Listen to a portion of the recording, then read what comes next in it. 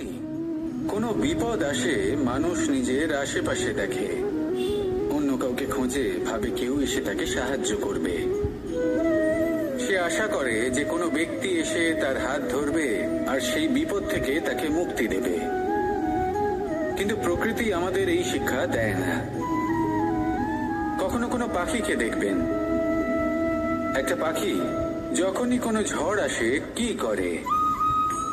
একটা ঝড় এসে তার বাসা ভেঙে দিয়ে যায়, তার বাসা নষ্ট করে দিয়ে যায়। সেই পাখি কিন্তু অপেক্ষা করে না যে কে তাকে এসে সাহায্য করবে। সে কখনো আশা করে না যে কেউ এসে তাকে আশ্রয় দেবে। সে নিজেই কর্ম করে, একটা একটা করে খড়কুটো সে আবার জড়ো করে আর নিজের বাসা পুনর্নির্মাণ করে।